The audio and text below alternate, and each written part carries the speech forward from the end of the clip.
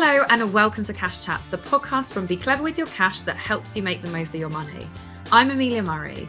Andy's still away having a lovely time, so today we've got a very special guest, top money journalist, editor and broadcaster Simon Reed. But before I introduce him properly, I just want to give you a quick update on the Bank of England base rate. So it's been held at 5% despite expectations that it could drop again this month following the cut in August. And it's disappointing news for homeowners and first-time buyers, but good news for savers. 8 members of the Monetary Policy Committee who make the decision were in favour of keeping the base rate where it is, while one person voted to cut it to 4.75%. Now, if we look at last month, when the base rate dropped from 5.25% to 5%, 5 of the 9 voted in favour of the cut. The main thinking this time is there's still a bit of economic uncertainty, so restrictions have to remain in place. The next meeting is 7th of November, and regardless of what happened at this meeting, base rate is still expected to fall to 4.5% by the end of the year, suggesting we could have 2 cuts by Christmas. Now, despite base rate holding for now, we are still seeing mortgage and savings rates drop, so savers should get a move on to secure the best rate they can. You can find the top savings rates, including fixed accounts, which allow you to lock in your money at the given rate, over on becleverwithyourcash.com. Now, over to Simon. Simon's been in the personal finance game for a long time, he won't mind me saying. He was the former personal finance editor at The Independent, and he's the regular business editor for The Sun. He's also covered personal finance for the BBC, the Daily Mirror, Evening Standard, and was the financial expert on 3 series of the BBC's Right on the Money programme, and loads more. Hello, Simon! Hello, Amelia. How lovely to see you. I know, and it's a very special one because you're here on my birthday. Many congratulations. I'm not going to ask how old you are, but I'll just say you look much younger than your years. Thank you. And also, listeners, he already did. So, big reveal. Today, Simon and I will be talking about millions of savers being caught in the interest tax net next year as a result of higher interest rates. How lucky are your premium bonds? Are some more likely to win than others? And how parents are teaching their kids important money lessons. Plus, our deals of the week, which include a top cash ISA rate, your last chance to get double Avios points with Barclaycard, and free family entry to national trust sites. All that and so much more. This is episode 419 of Cash Chats. So Simon, let's get to it. There's been a Freedom of Information request showing that 2.1 million people will have to pay tax on their savings interest this year, and that's across all tax brackets. And that's up from 650,000 people 3 years ago. So what is going on here? Well, there's lots of things going on. You know what? If you have savings, and if you have a lot of savings, you have to pay tax on it. On the other hand, if you have your money in some kind of tax-free account, you don't have to pay any tax on it. The simple truth is that for most of us, and I think of me, and I'm not sure about you, I don't have a lot of savings, so I will never pay tax on my savings. The rule is how much interest you can earn each year before you pay tax. It's basically for a basic rate taxpayer, that's me, it's £1,000. I can earn £1,000 worth of interest without paying tax. That works out now. If you have a really good account paying around 5% or so, it means you can have savings of around 20,000, 20 and a quarter £1,000, earn a decent rate of interest and not pay any tax on it. So to put it in context, it's not going to hit a lot of people. If you have more than £20,000 and you're a basic rate taxpayer, then you do start paying tax, but only on the extra amount. So. To be honest, I don't think this is something that a lot of people need to be worried about. For high rate taxpayers, it's a little bit different because they're only allowed to have £500 of savings before they start paying tax. So they're more likely to be hit. And the reason why more and more people have been hit in recent years, in the last couple of years, is twofold, really. One, interest rates have got much, much better. So the amount of interest you can get on your savings is growing. That's great news. The second thing is, during the pandemic, most of us couldn't afford to save. We were spending our money on various other things. But now people have got back into the savings habit, so that they are growing their savings. That's really why there's been a huge increase in this number. But I don't think it's something that people need to particularly worry about. But they should still do something about it. Yeah, I thought what was interesting about this when I was looking at the research, so this came from an FOI request, but looking at the potential traps that people could fall into, which they might not be aware of. So, as you said, when you're a basic rates taxpayer, you have the £1,000 personal savings allowance each year. If you are a high rate taxpayer, it halves to £500, and additional rate taxpayers don't get any personal savings allowance. But some of these interesting traps, which could potentially push you over the edge. So, fixed rate accounts where you're locking away money, you're usually taxed on the interest when it becomes accessible to you. So, if you're locking away money for, say, 5 years, and then you get the interest at the end of that period in one fell swoop, that could potentially push you over your personal savings allowance if you're getting there anyway. And also kids savings, which is an interesting one because many people may not be aware that once a child earns more than £100 in interest on money gifted by the parents, it's taxed like it's the parents' money. So again, that could take you over the personal savings allowance. With those situations, you could consider a junior ISA to avoid this, or be kind of canny between the parents and make sure that you're splitting the gifts between you both. What can people do then to, if you're saying it might not kind of affect that many people, but what can people do? Well, you should always make the most of all the tax-free savings accounts there are out there. Basic cash ISA, right, is pretty much a deposit account, except you don't pay tax on the interest, and you can put 20,000 a year into a cash ISA. If you have a partner, that's 40 grand a year you can put away every year and pay no tax. Effectively, that would mean that you could have £40,000 worth of savings and pay no tax. If your partner, that's £60,000. So if you're not taking advantage of your cash ISAs, then I think you're being a little bit silly, because there are lots of good deals out there that are comparable to the rates outside the cash ISAs. There are other tax things you can do. The basic truth is, if you don't want to pay tax on your savings, on your rainy day money, then just stick it under the bed. Okay, you won't pay any tax, What are you going to say? Or spend it? or just spend it. But if you want your money to grow, which we all do, whether it's investing or saving, then you're going to have to accept that if you're successful, there may be a tax bill due at the end of it, and it's planning for that tax bill. So you mentioned the problem with fixed savings accounts. Well, if you spread your savings among several different fixed savings accounts, then that will potentially reduce the tax liability at the end of it. It just means think a little bit cleverly around stuff. Don't just go for the best rate. Think about, if you are going to fall into the tax bracket, if you are going to go over the personal savings allowance, then you need to do something about it. And also utilizing your partner if you've got one. So this is quite interesting because last week we were talking about secret savings, and this week it's one of the points that I've read is to kind of open up with your partner, and if they perhaps they might earn less than you, or so they're in a different tax bracket, or they have less in savings, then you can kind of work together to utilize both of your savings allowances within kind of the thresholds of where you are with your taxes. So yeah, we presented both in 2 weeks. The option is yours. Next, I want to talk about this merger that's been in the news this week. So, Vodafone and Three, the mobile providers, want to join forces, but the regulator has expressed concern, saying it's going to push up bills for millions of people, hasn't it? Yeah, I mean, this is a big deal. There are currently four major basically mobile phone providing companies, telecommunications companies. If two of the biggest are going to merge, that will just mean there are three. So when it comes to competition, if there's four companies, you could say, well, that creates good competition. If there's only three, then competitions are going to ease off a bit, and that will help push up prices. Now, both companies said, well, this is not going to be the case, but to be honest, in my experience, that is, I can't think of an appropriate word that isn't rude, but they're not telling you the truth. They will, as soon as they can, they will find ways to make more money. Why are these two big companies merging? To save money, to economies of scale, all these sort of things. They're not doing it to help customers, they're doing it to help themselves. So it's bad news all round. Yeah, it reminds me, do you remember back in 2010 when Orange and T-Mobile merged? Yeah. So my friend, I remember her saying this distinctively. She was like, oh my God, it's like the two bullies teaming up at school. And they sort of brought it back with this situation. So the CMA has it's pointed out the price rises, the lack of competition, but also potentially reduced services. Like they could start offering smaller data packages for like the same money.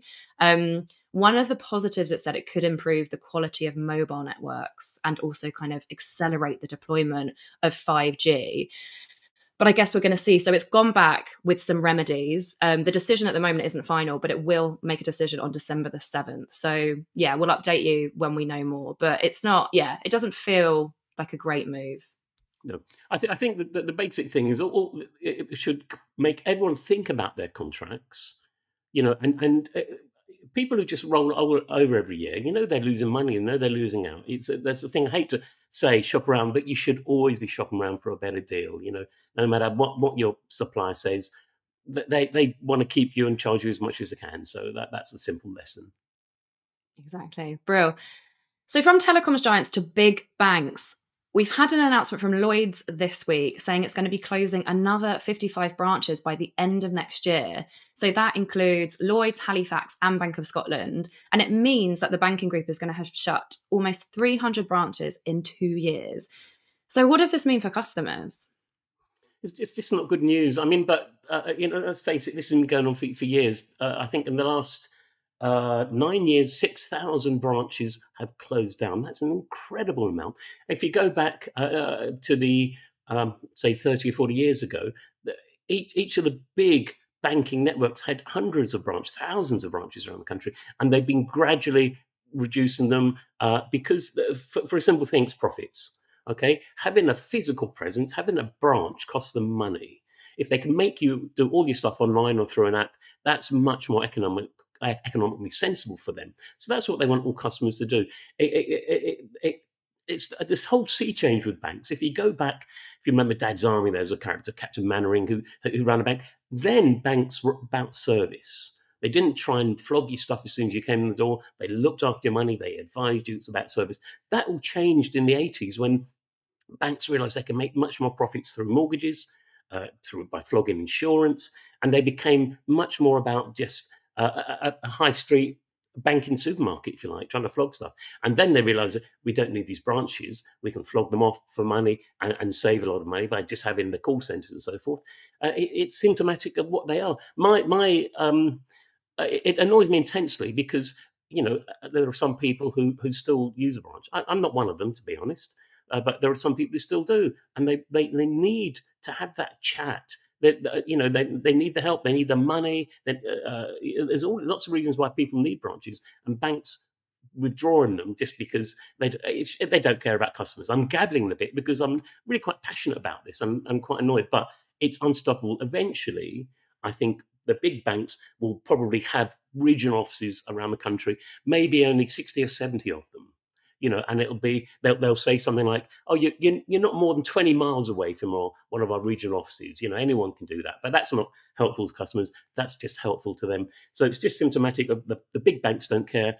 I would, for that reason alone, be looking to switch my account to a challenger bank, who even though they haven't got a branch, the service is much better and they care much more about their customers. Yeah, so we've also had these new rules that have been introduced this week as well. So they came in on Wednesday, and this means, these new rules have been enshrined in law for the first time, and it means banks and building societies must now assess whether areas have reasonable, and I'm doing quote marks, reasonable access to cash when they close branches. And if they don't, then they will need to provide more facilities before they do close that branch. And that could include these banking hubs that have been in the news recently. So 15 banking hubs have been announced this week, although there was an article in the BBC saying many don't even have printers. So that's not very useful if you're going to get, a print off of a statement or other documents. What do you make of these banking hubs as replacements? They are inadequate. It's a sort of recognition that there is a need to have somewhere that people can go to pick up money, to deposit money, whatever it is.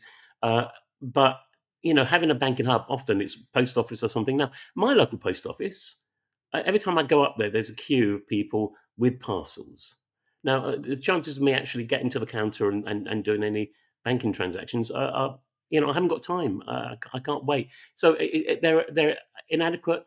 But the fact that the government is making this happen shows they do know that there's a need for banking services to be available. Next, to the exciting world of premium bonds. People love them for themselves, for their kids, their grandkids, because you have the chance of winning these prizes. But are some bonds luckier than others, Simon? Yeah, I mean it's interesting. Someone's done some analysis of the last 2 years of which numbers have won. Now we know that the premium bonds are picked randomly. Do you know the name of the machine which does it? Ernie, which is also a Ernie. character in Sesame Street, isn't it? Sadly, it's not the character from Sesame Street. Ernie. Do you know what Ernie stands for? Electronic, random. No, I don't know. I give up. Electronic random number indicator equipment. Okay. This is only first appeared in 1956, a long time before both of us were born, and they obviously made up this name, to do it. They could have used other names. It could have been, I don't know, a mammoth electronic light-headed international accessory, which if you work that out, says Amelia. Might have been a more attractive name than Ernie, but anyway, they chose Ernie all these years ago. So it's completely random. Anyway, I'm digressing because the research suggested that some numbers are luckier than others, some letters are luckier than others. In fact, I've got the details. I did write them down. I have to check my notes. It turns out B is the luckiest number that appeared in 9% of all winning bonds over the past 2 years. A, I, O, U, and Y winning any jackpot winning numbers. Now, what does that tell us? It tells us that this is random. It's absolutely random. So I remember thinking about random means that each time you have a draw, any number can go in it. So if you had the same number every week, that would prove its random nature. Now, some people don't understand that. I remember when Apple first did the iPod. This is going back 20 years or more. They had a shuffle feature. And they made it totally random. But because it's totally random, sometimes the same song would come up again. So people said, "Well, it's not random. I'm getting the same song." So they had to make it less random and put in sort of fail safes so that the same song didn't come up. And that's the nature of probability is that if a number one comes up today, it just as likely to come up tomorrow. In fact, they did this study over 2 years. Okay, over 4 years, if they did the study over 4 years, every number has a 90% chance of winning. There's not any lucky numbers. It's just if you did a snapshot of a different period of time, you'd have different numbers that might come up, different letters that might come up. So it's kind of interesting, but it's meaningless, to be honest. Yeah, I mean, Andy did this really good article not that long ago where he had two friends who had £50,000 in premium bonds for 6 months. And it was amazing the difference. So, yeah, same amount of money in the bonds for the same amount of time. One of them won £275 over 6 draws. So that's the equivalent of 1.1%, which is rubbish. And then the other got £1,050. So like 4 times more and like the equivalent of a 4.1% return. So Yeah. yeah, there you go. You are taking your chances with premium Yeah, bonds. it's random. I've had premium bonds for I don't know 30 years. I've won a £25 once. I haven't. Should clarify. I've only got £100 worth. I haven't got the 50 grand where you're much more likely you're improving the odds. My odds literally are how many premium ones are there? 20 billion or something? I can't remember the exact figure. But if you've just got like one premium bond, your chances of you winning are extremely rare indeed. Yeah, I haven't got any because I get very anxious when it comes to those kind of things. Like I can't even bid on eBay anymore because I'm like, I need a guarantee. Thank you. Now moving on to family disputes. So there's some research that has suggested that the number of people taking family members to court after being cut out of inheritance has surged by 38% since 2019. So this is more than 500 people. So still a small amount, but a big increase.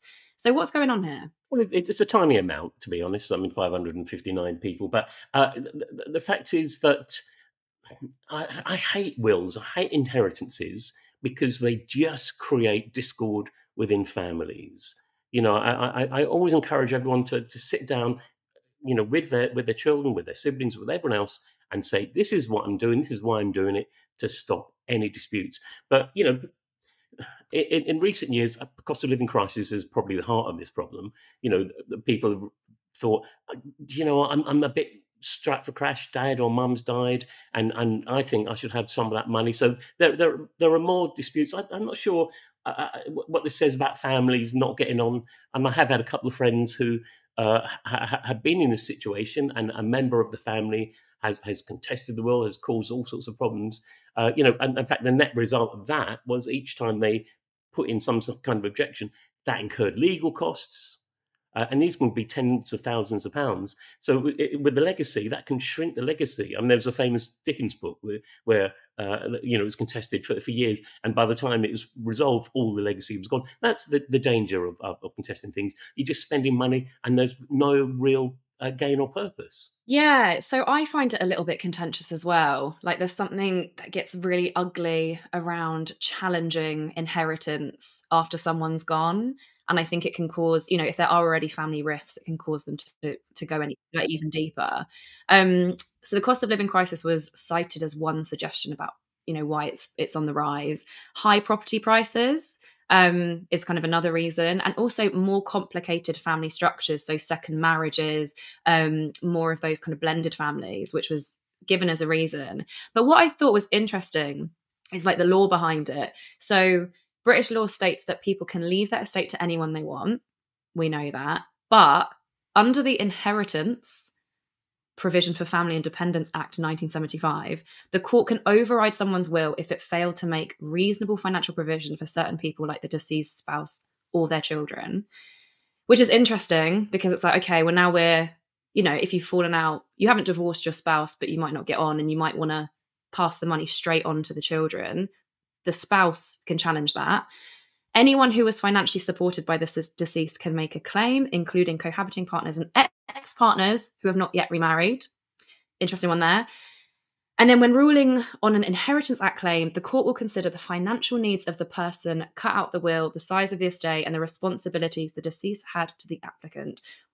And then it says most disputes are settled before ever reaching court. Now, that is interesting. Like when I used to work at the Telegraph as a money reporter, we used to get so many emails from people either seeing what they could do to contest a will that they had been left out of, or from the parents writing to us to get advice on how to cut someone out of a will. But it was usually the partner of the grown-up children. And it was amazing when I was there. It was like 10 years ago, and I was like, wow, it was such a common thing that people were trying to seek advice on. But yeah.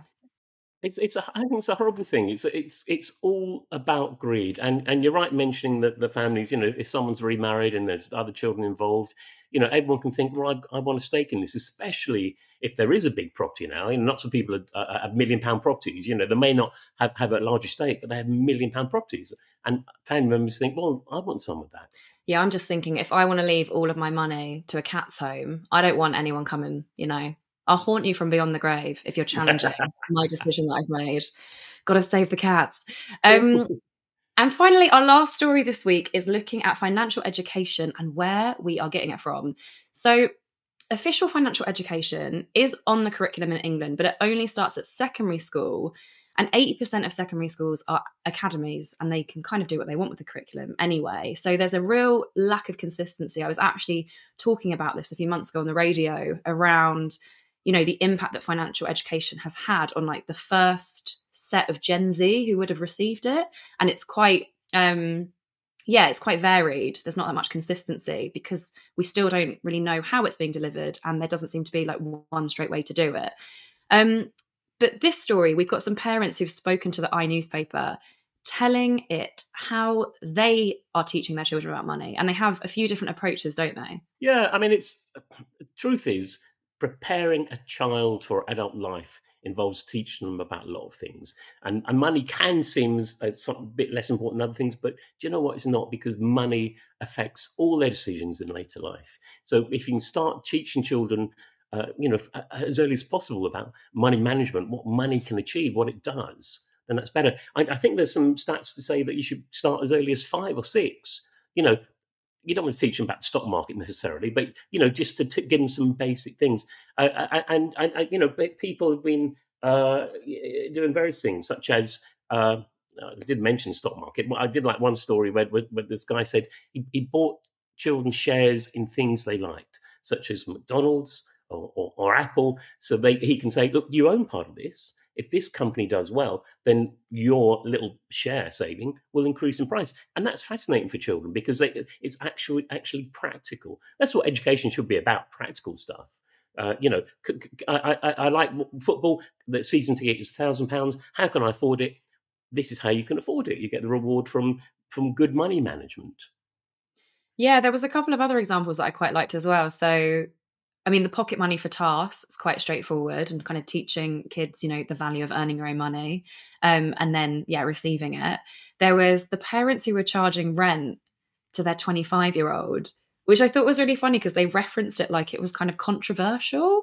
And I was like, I mean, your kid's 25. Like, like, I don't know. I think maybe I'm a bit biased because I went home to my mum's house for the summer after my first year of university, and I had two jobs and she was charging me rent, and I was happy to pay it. And a part of me thought maybe she'd like save it for me and give it back to me at the end, but she didn't. Mhm. But by the by, but I was kind of happy to pay. I'd already paid, for my accommodation at university. I knew I was going to be paying rent, so for me, it was just kind of part of being a grown up and contributing.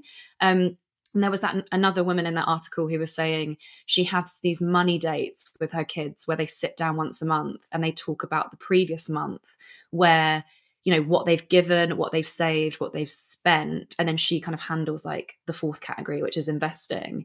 Did you do any of these with your kids? Um, Up to a point, my simple money lesson for anyone is the choice thing. Okay, so if you have some money, whether you've earned it through, I don't know, paper round or whatever, or you've had it as a birthday present, a relative's giving you £100 or something, it then gives you choice. And the choice is this: spend it or keep it for something you want. Okay, so immediately most kids, oh, I've got some money, I'll buy some sweets, I'll buy some toys, I'll spend it on this or that. But then that means they haven't got the money to buy something which they may want more later. It's a very simple concept, but people don't really grasp this. So you have to broaden out. So if you've got £100, you can sit a child down and say, well, what do you want to spend it on? And they will probably have a list of stuff. And then if you remind them, what about this that you want? It might be a better phone. They say, oh, yeah, but that's £1,000.